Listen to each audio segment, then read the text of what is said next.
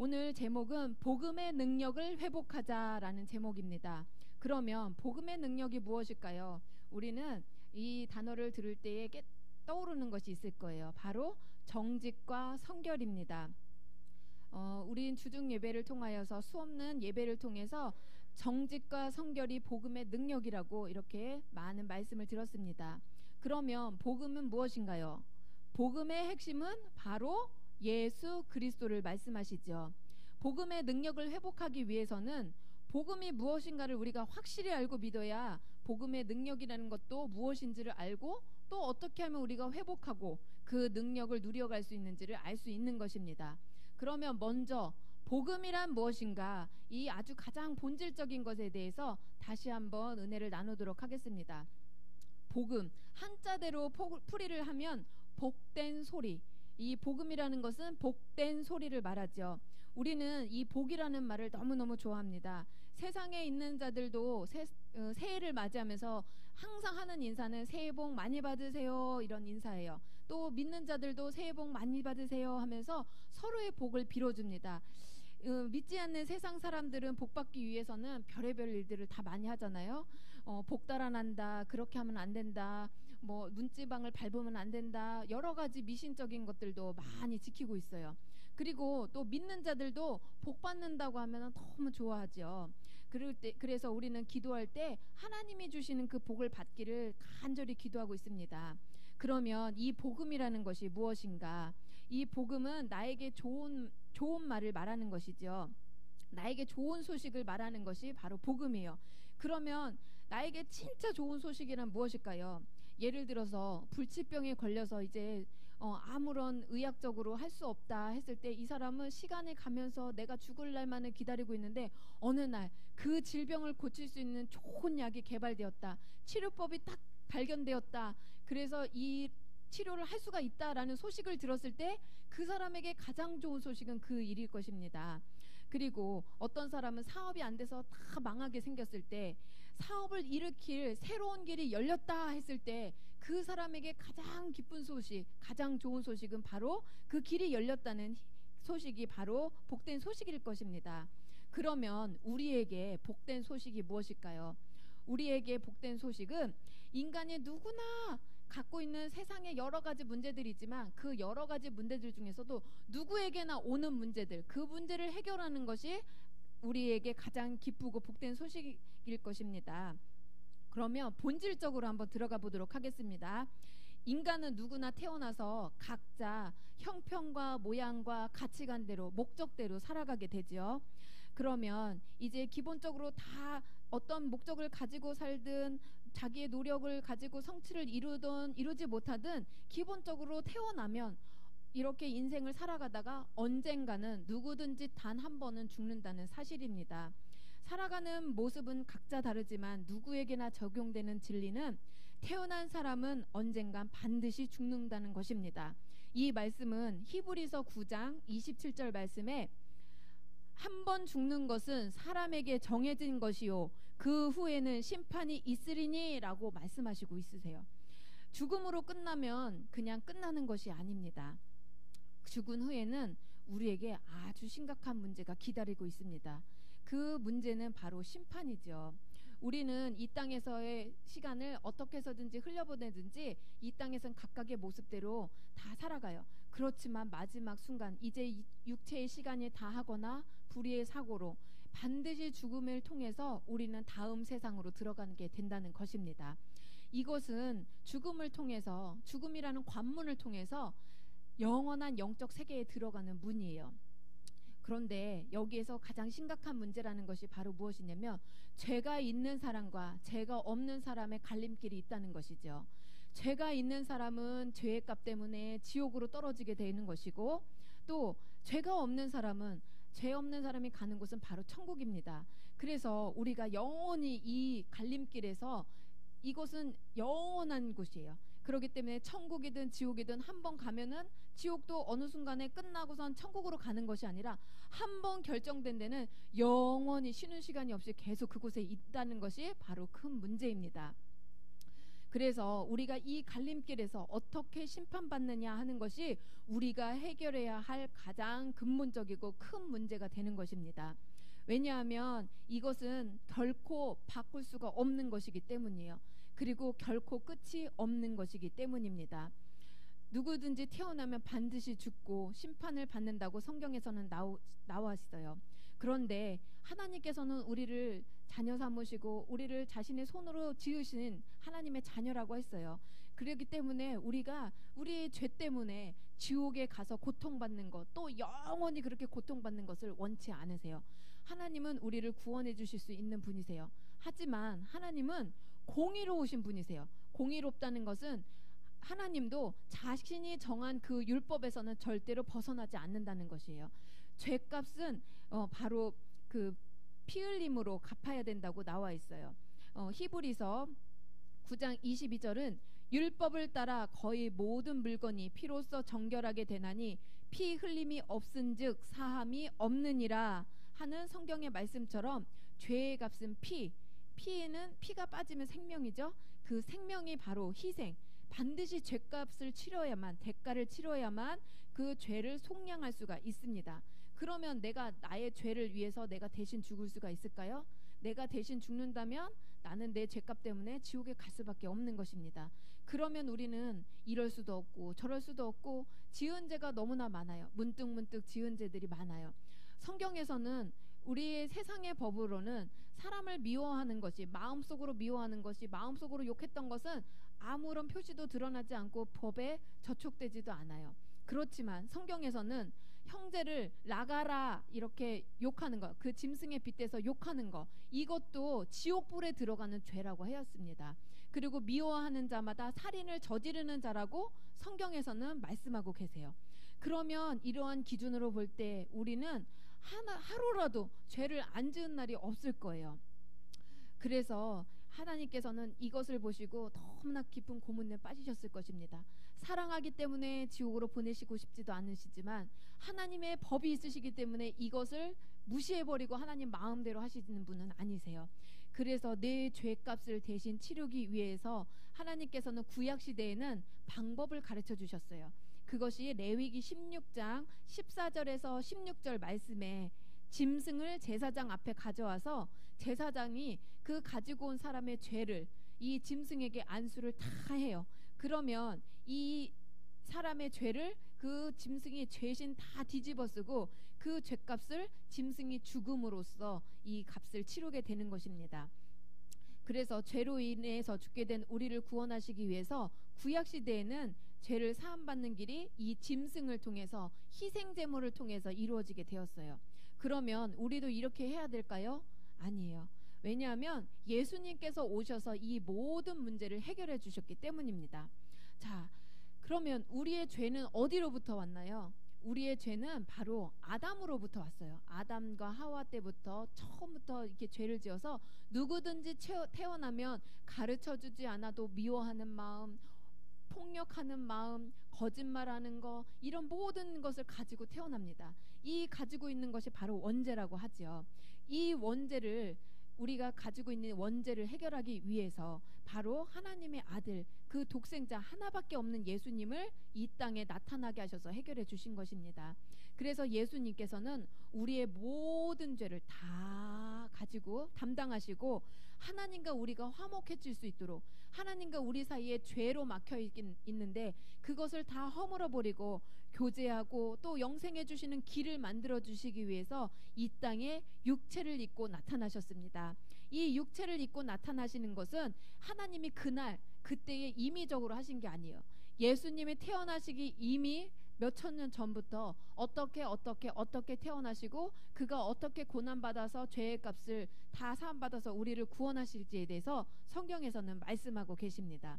그래서 예수님께서는 하나님께서 말씀하신 대로 사람의 몸을 입고 사람처럼 태어나서 이렇게 사람처럼 이렇게 성장을 가지고 또 우리의 죄를 모두 다, 구약시대 짐승이 대신 죄를 다 안수받아서 다 이 죄값을 치른 것처럼 예수님도 아담으로부터 왔던 모든 원죄를 그 예수님에게 다 위임을 한 채로 이 근본적인 죄를 담당하셔서 우리의 죄를 대신 속량하신 분이십니다. 하나님께서는 이 근본적인 죄의 문제를 다 해결하는 방법을 예수 그리스도를 통해서 이루어 주셨어요. 로마서 6장 23절에서는 죄의 싹은 사망이요 하나님의 은사는 그리스도 예수 우리 주 안에 있는 영생이니라 라고 했어요. 죄의 값을 대신 치르는 예수님을 믿는 믿음, 하나님의 은사, 하나님이 내려주신 선물이 바로 예수님을 믿는 믿음이라고 하였습니다. 이것을 믿을 때에, 하나님이 주신 선물을 받을 때에 비로소 우리는 죄 사함을 받을 수가 있는 것이지요. 그래서 내 노력이나 공로로는 절대로 구원을 받을 수가 없습니다.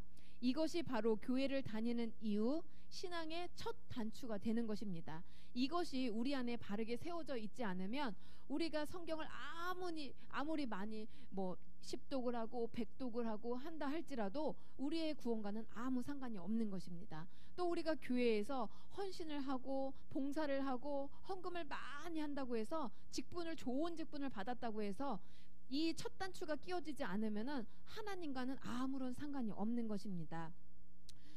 그래서 우리에게 먼저 하나님과의 관계가 먼저라는 것을 성경에서는 이렇게 나와 있는데, 이 예화가 마태복음 7장 21절부터 나오고 있습니다.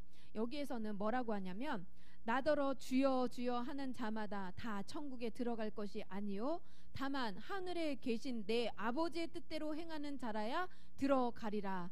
그날에 많은 사람이 나더러 이르되 주여 주여 우리가 주의 이름으로 선지자 노릇하며 주의 이름으로 귀신을 쫓아내며 주의 이름으로 많은 권능을 행하지 아니하였나이까 하리니, 그때에 내가 그들에게 밝히 말하되 내가 너희를 도무지 알지 못하니 불법을 행하는 자들아 내게서 떠나가라 하리라. 이렇게 성경에서는 말씀하고 있습니다. 이것이 무슨 뜻일까요? 주님의 이름을 사용하면 분명히 현상적으로 역사는 나타난다는 것입니다. 그 이적은 예수님의 이름을 사용할 때 나타나지만 이것이 구원의 근거는 아니라는 것입니다. 교회를 다니면서 가장 중요한 것은 내가 과연 구원을 받았는가에 대한 것이 가장 근본적인 문제인 것입니다. 교회를 다니는 것이 이렇게 삶에 나타나는 기적이나 이적이 우선이 아니라 우리가 먼저 하나님과의 관계가 회복되는 것, 하나님의 자녀로 인침받는 것, 이것이 바로 나의 죄값을 대신 치러주신 예수님을 믿는 것, 구원받는 믿음이 여기에서 나오는 것, 하나님께서 우리에게 주신 선물인 것입니다. 이것을 믿지 않는 자에게는, 이것이 헷갈리는 자에게는 이것을 뒤로 유보하고 일단은 내가 교회를 먼저 다녀볼게, 말씀을 먼저 들어볼게 하고 말씀을 들으면서 믿음이 생기겠지 하면서 다니면은 결코 구원받는 자가 아닙니다. 누구든지 교회를 다니기 시작할 때에는 자기의 신앙 고백을 가지고 시작해야 합니다. 그렇지 않고 나는 내가 종교를 기독교로 정했으니까 하고 교회를 다닌다면 평생을 한 번도 빠지지 않고 다닌다 해도 소용이 없습니다. 우리가 신앙생활을 하면서 가장 중요한 것은 아무 공로도 없이 죄만 짓고 살았던 우리를 하나님께서 나를 사랑하시고 살 길을 열어주셨다는 것이 우리에게 가장 기쁜 복된 소식, 복음일 것입니다. 여기에 계신 성도님들도 저도 죽어본 적이 없어요. 그렇지만 이런 경험은 없지만 하나님께서는 성경에서 짐승도 죽고 사람도 죽지만 창세기에 분명히 하나님이 아담을 짐승과 같이 흙으로 지으셨지만 사람에게만은 하나님의 생기를 그 코에다 불어넣어 주셨다고 했습니다. 이 영혼이 있기 때문에 우리의 육체의 삶은 이 땅에서 짐승과 같이 이 육체의 호흡이 끊어지면 죽게 되지만 내 안에, 육체 안에 담겨있는 영혼은 분명히 하나님 앞에, 심판대 앞에 서 있는다는 것입니다. 그래서 이것은 성경에 나와 있는, 우리에게 가르쳐 주시는 분명한 사실입니다. 예를 들어서 우리가 물컵에 아주 소량만 먹어도 죽는 치명적인 독약이 들어있다고 생각을 해볼게요. 이것을 내가 모르고 마셨어요. 그러면 나는 여기에 독약이 있는지 몰랐으니까 나는 안 죽는다 그런 건가요? 아니에요. 누구든지 몰랐어도 마시면 죽는 거예요. 이런 것처럼 성경에서는 분명히 가르쳐 주고 계세요. 누구든지 이 세상의 삶이 끝나면 심판대 앞에 서고 그곳에서 죄가 있는 자는 자기의 죄값으로 지옥에 간다고 말씀하고 계세요. 그렇지만 나는 몰랐어. 아유, 나는 그런 거 들어보지 못했어. 난 교회 안 다녀봐서 그거 몰랐어. 라고 말하는 사람이 있을지라도 그 사람에게는 나는 몰랐어. 이게 독약이 있는지 모르고 마셨을 뿐이야. 난 몰랐으니까 안 죽어. 이런 것이 아니라 누구든지 다 심판대 앞에 선다는 것입니다.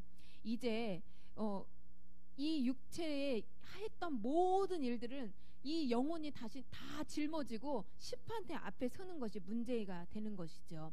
이것은 분명한 사실입니다. 왜냐하면 이 세상을 지으신 천지 만물을 지으신 하나님께서 말씀하셨기 때문에 우리는 그것을 반드시 믿어야만 되는 것이죠. 믿고 안 믿고는 나의 선택의 문제입니다. 하지만 하나님께서는 내 선택을 강제적으로 집행하지 않으세요. 내 안에 자유의지를 주셨고 나의 인격을 존중하셨고 나의 선택을 존중하시기 때문에 자유롭게 선택할 수 있도록 해주세요. 하나님께서는 강제적으로 집행하시는 분이 아니세요. 사랑을 기다리고 계시지만 그 사랑을 강제적으로 취하시지는 않으세요. 그런데 그 선택에 대한 결과는 내가 대신 짊어져야 된다는 것입니다. 책임은 내 몫입니다. 왜 좋은 길이 있는데 굳이 내가 모르겠다고, 나는 믿어지지 않는다고, 에이 설마 그러면서 왜 알려주는 길을 굳이 마다하고 내 맘대로 내 식대로 우겨서 멸망의 길을 택하게 되는 것인지, 그것만큼 어리석은 일은 없을 것입니다. 교회를 다니면서도 그러한 성도들이 있을까요, 없을까요? 교회 안에서도 이러한 성도들이 있기 때문에 오늘 새해 2019년도를 시작하는 수요 예배 시간에 이 말씀을 다시 한번 나아갑니다. 신앙생활의 기초, 복음에 대해서 오늘 이렇게 하나님의 말씀을 듣고 우리는 이제 예수님을 믿기로 작정하고 구원받은 자이기 때문에 바르게 알고 또 바르게 믿어야지 하나님의 복을 받아 누릴 수가 있는 것입니다. 이왕 예수님을 믿기로 하였으니 우리도 복음을 알되 정확하게 알고 내 안에 가지고 있는 지식이나 가치관이나 목적, 이런 것들도 예수님의 말씀에 맞춰가야 되는 것이죠. 우리는 살아오면서 여러 가지 수많은 경험을 통해서 나름대로의 가치관과 목적과 길을 정해놓고 있어요. 그런데 하나님의 말씀을 가지고 내 길을 이렇게 재단하면 하나님 말씀을 재단하는 거라고 했어요. 그러면 하나님은 안 된다고 말씀하셨죠. 우리는 복음을 통해서 내가 가지고 있는 가치관을 하나님의 말씀에, 기준에, 진리에 자꾸 맞추는 연습을 해야겠습니다. 그래서 이 복음 안에서 우리가 확실하게 구원의 확신을 가지고 살아갈 때에 세상에서 가장 끝이 되는 것은 바로 사망이에요. 사망 권세. 누구든지 죽음 앞에서는 재물도 건강도 모든 소유도 다 필요가 없게 됩니다. 그런데 내가 믿지 않는 사람들은 죽음 이후에 어떻게 될까? 내가 쌓아온 이 모든 것이 다 물거품이 되는데 내가 조금이라도 더 건강하게 살았으면 하면서 사람들은 조금이라도 더 오래 살기를 원하고 조금이라도 더 많이 모으기를 원해요. 그것은 사망이라는 것이 있기 때문에 그렇습니다. 그렇지만 우리에게는 이 죽음을 통해서 하나님의 나라에 갈 수 있는 이 천국 복음이 있기 때문에 두렵지가 않을 수가 있습니다. 이 사망 권세도 초월할 수 있는 믿음이 우리 안에 바로 있는 것입니다. 우리는 이 말씀을 들을 때 내 믿음에 대해서 다시 생각해 볼 때 너무 늦었을까라고 생각할 수도 있어요. 하지만 주 안에서는 늦은 시작이 없다고 하셨습니다. 내가 지금까지 믿었던 주님이 어떤 분이었는가를 다시 한번 점검하면서 2019년도를 이제 새롭게 시작하시기 바랍니다. 성경에서도 예수님을 만난 수많은 군중들이 있습니다. 그런데 그들은 예수님을 어떤 분이라고 여기셨냐면 병을 고쳐주시는 분, 병을 고쳐주시되 그냥 시시하게 이렇게 작은 병을 고쳐주시는 것이 아니라 중풍병자를 일으키고 또 죽었던 자를 살리고 우리가 도저히 의학적으로는 할 수 없는 일들을 기적을 행하시는 분, 또 그 먹을 것이 없는 그 언덕에서 하나님의 말씀을 듣고 저녁에 배가 고플 때에 먹을 것을 주시되 풍성하게 넘치도록 남도록 채워주시는 분, 이런 기적을 베푸시고 피로를 채워주시는 예수님으로 군중들은 생각을 했어요. 그래서 그 예수님을 만나기를 굉장히 소원을 하고 또 그 예수님을 자신들의 왕으로 올려서 이 자기의 필요한 것을 채워주시는 예수님을 왕으로 세우려고 했던 장면들을 우리는 성경을 통해서 많이 볼 수가 있습니다. 그런데 예수님께서는 그 일들을 행하는 것이 바로 천국 복음을 전하기 위한 표적이었지 이것이 본질이 아니라는 것입니다. 군중들은 예수님께서 이 땅에 오신 그 본질적인 이유를 알지 못하고 현상을 통해서 나의 필요를 채워주실 무한하신 능력을 가지고 공급해 주실 그 주님을 따라다녔어요. 예수님과 함께하면 분명히 그 기적도 눈으로 볼 수 있고 체험을 경험하게 됩니다. 그러면 지금 나의 신앙은 어떠한가요? 그 군중들처럼 내 옆에 있는 사람에게 베풀어 주시는 이적을 보고 있는 사람인가요? 또 그 예수님을 쫓아가면서 나에게도 그런 것을 베풀어 달라고, 나에게도 그렇게 채워달라고 그런 군중과 같은 신앙생활을 하고 있나요? 우리는 그런 신앙에서 벗어나서 복음, 참된 복음, 나를 구원하신 예수님을 믿는 그 신앙생활을 다시 한번 점검해 보야겠습니다. 분명히 십자가를 지시기 위해서 죄인의 신분이 되신 그 예수님에게 종려주일 호산나 호산나 하면서 맞이했던 군중들은 한순간에 돌변했어요. 왜냐하면 예수님께서 십자가를 지셨기 때문이에요. 자기들이 생각할 때는 예수님은 스타였어요. 좋은 것을 베풀어 주시고 능력을 다 베풀어 주셨는데 내가 생각했던 예수님이 아닌 거예요. 그러니까 내가 교회에서 신앙생활을 하면서도 내가 교회를 다니면은 나의 인생이 시온의 대로처럼 늘 펼쳐지고 축복의 길을 걷고 무엇이든지 잘 되고 풀어질 줄 알았는데, 아니 예수님을 믿는데 왜 나는 교회에서 이렇게 섬겨야 되고 또 이렇게 시간을 들여야 되고 또 이렇게 기도의 자리, 예배의 자리, 봉사의 자리에 나와야 되는 건가? 이렇게 한순간에 내 마음이 식어질 때가 있을 수도 있어요. 그것은 호산나 호산나 하면서 맞이했던 군중들이 초라한 예수님을 볼 때에 마음이 돌이켜져서 그 예수님에게 함께 욕을 하고 돌팔매질하고 십자가에 못 박으라고 사태질했던 그 사람처럼 우리의 신앙도 잘못된 첫 단추를 끼우면 그렇게 바뀔 수가 있다는 것입니다. 내 필요가 더 이상 채워지지 않고 또 지금까지 살아온 내 가치관에는 맞지 않는다고 느껴질 때에 언제든지 예수님을 배반하고 돌아설 수도 있는 신앙인 것이지요. 지금 나의 복음은 어떤 복음인가요? 예수님께서는 성경 말씀에 나는 길이요 진리요 생명이라고 자신을 설명하셨습니다. 그리고 나를 말미암지 않고는 내 아버지께로 갈 자가 아무도 없느니라 그렇게 말씀하셨어요. 그 예수님을 믿는 믿음, 나의 죄를 대신해서 죄값을 미리 다 담당하시고 죽으셔서 갚아주는 그 십자가의 도를 믿는 믿음이 우리 안에 바로 참된 믿음으로 복음으로 세워질 때 우리는 이제 세상이 감당할 수 없는 믿음의 사람이 될 수가 있고, 또 하나님이 세상에 줄 수도 없는 평안을 주실 때에 그 평안의 복음을 받아 누릴 수도 있게 되는 것입니다.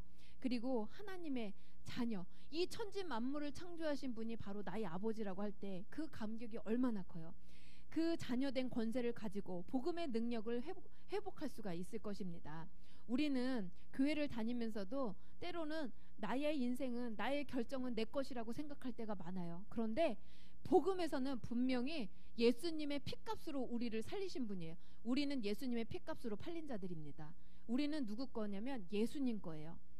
그래서 내가 하고 싶은 대로 사는 것이 아니라 예수님의 피값으로 우리는 팔린 자예요. 예수님 앞에. 그래서 우리는 영적으로 이 1월 달에 무장을 하여서 하루에 1시간씩 기도로 무장하고 또 신약 성경 1독으로 내 영혼을 무장하여서 한 해 주님께서 새해 주신 말씀을 가지고 소망하는 일들을 담대하게 거침없이 복음을 전파하면서 우리의 가정도 세워지고 교회가 세워질 때 빈자리도 채워지고 부흥하고 성장하게 될 것을 믿습니다. 우리는 날마다 주 안에서 복음을 전하는 복음의 전달자입니다. 우리가 날마다 예배에 성공하게 해달라고 항상 기도하시고 예배의 자리, 기도의 자리, 봉사의 자리를 지키며 하나님의 법에서 내 기준과 가치관 때문에 벗어나지 않고 법대로 경기하는 선수의 영성처럼, 또 하나님 앞에 길이 참는 농부의 영성처럼 그것이 이루어지기까지 끝까지 인내하며 주님 앞에 나아가는 우리 모두가 되기를 바랍니다.